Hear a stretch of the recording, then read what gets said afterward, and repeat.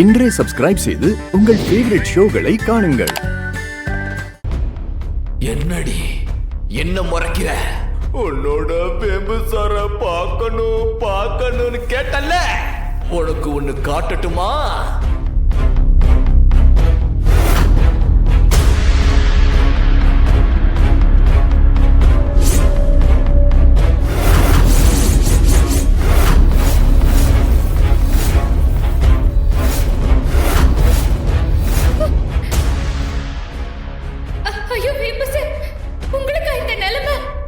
ஐயோ, உன்னோட வேம்பு சாருதான்.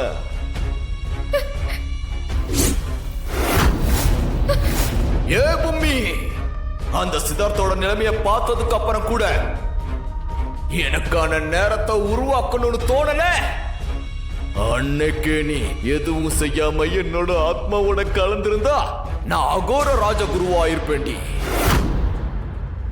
அந்த சந்தர்ப்பத்தை அப்ப நீ விட்டுட்டு இப்ப இந்த சித்தார்த்துக்காக வந்து என்கிட்ட நீ கெஞ்சிக்கிட்டு இருக்க. பொம்மி, இப்போ ஒண்ணு கெட்டு போகல. நான் உனக்கு 2 சந்தர்ப்பம் தரேன். அதுல ஏதாவது ஒரு சந்தர்ப்பத்துக்கு நீ சம்மதிச்சாலும் ஓ வேம்பு சார விட்டுறேன். அது என்னன்னு சொல்லு. நாளைக்கு பூஜையில அந்த சித்தார்த்த கண்டுபிடிக்கிறதுக்காக ராணி காளி வேஷத்துல இறங்க போறா. நீ இன்னொரு பக்கம் தேடிக்கிட்டு இருக்க. உங்க 2 பேருக்கும் ஒரு விஷயம் புரியல. ராணி போய் அந்த தீர்த்தத்தை எடுக்கவும் முடியாது, நானும் எடுக்க விட மாட்டேன்.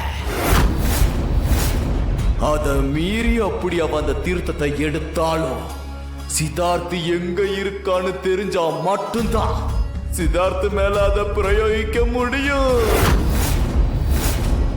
உனக்கு அந்த சித்தார்த்து வேணும்னா நானே அந்த சித்தார்த்தை விடுவிக்கிறேன். எனக்கு அது பெரிய விஷயம் இல்ல.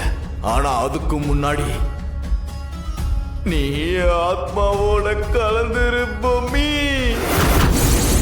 நீ ஆத்மாவோட கலந்துட்டனா நீ அகோர ராணி ஆகிடலாம். நான் இப்பவே அகோர ராஜகுருவா மாறிடுவேன்.